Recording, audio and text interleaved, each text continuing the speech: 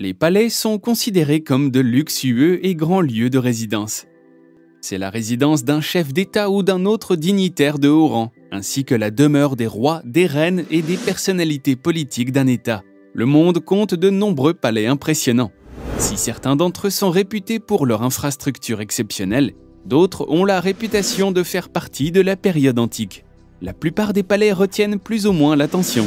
Aujourd'hui, nous parlerons des plus beaux palais royaux du monde.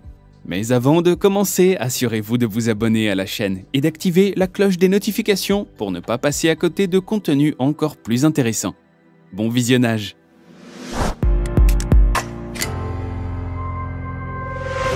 Luxy. Le château royal de Chambord est situé à Chambord dans le Loir-et-Cher, en France. Ce château est l'un des plus célèbres au monde du fait de son architecture renaissance française très originale, qui combine des formes médiévales françaises traditionnelles et des structures renaissance classiques. La construction du bâtiment a été réalisée par le roi François Ier. En juin 2016, les inondations ont abîmé le terrain, mais pas le château lui-même. Aujourd'hui, le château est reconnu comme étant l'un des plus beaux palais royaux. Ouvert au public, il attire des millions de visiteurs chaque année. Anciennement connu sous le nom de Buckingham House, ce palais est la demeure royale officielle de Londres et le principal lieu de travail du monarque britannique. Le palais, situé dans la ville de Westminster, accueille les cérémonies d'État et les réceptions royales. Il a été le refuge du peuple britannique dans les moments de réjouissance et de crise nationale. Le palais possède 775 pièces et un vaste jardin qui ressemble à un parc. Ce jardin, avec son lac, représente le plus grand jardin privé de Londres.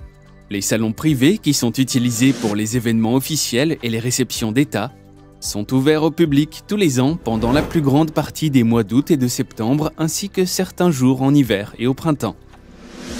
Le palais de l'Alhambra est un complexe regroupant un palais et une forteresse située à Grenade, en Andalousie, en Espagne. Initialement construit comme une forteresse en 889, il a été transformé en palais royal en 1333 par Youssouf Ier, alors sultan de Grenade. Les palais islamiques de l'Alhambra ont été construits pour le compte des derniers émirs musulmans d'Espagne de la dynastie des Nasrides. Les souverains chrétiens en ont utilisé certaines parties après la reconquête par les Reyes Católicos en 1492. Le palais de l'Alhambra est aujourd'hui l'une des principales destinations touristiques d'Espagne. Et un grand nombre de visiteurs viennent à Grenade dans le seul but de voir l'Alhambra. Le palais du Potala est situé à Lhasa dans la région autonome du Tibet en Chine. Le palais du Potala se dresse sur la colline de Marpori, à une hauteur de 130 mètres au-dessus de la vallée de Lhasa.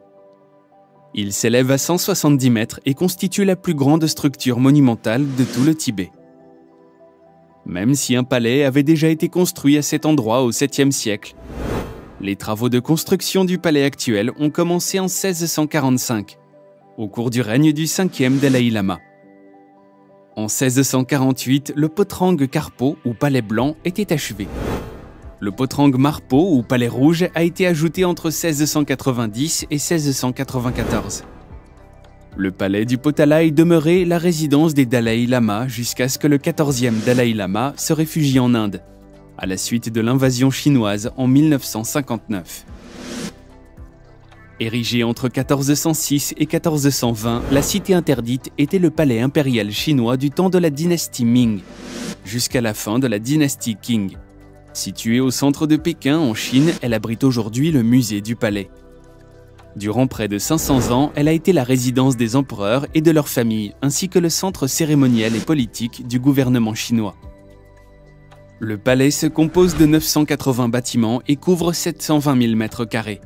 Il illustre l'architecture palatiale traditionnelle chinoise et a eu une influence sur les développements culturels et architecturaux en Asie de l'Est et ailleurs. Nous espérons que vous avez apprécié notre liste de beaux palais du monde. Alors n'hésitez pas à mettre un pouce bleu pour nous soutenir. Merci d'avoir regardé cette vidéo et à bientôt.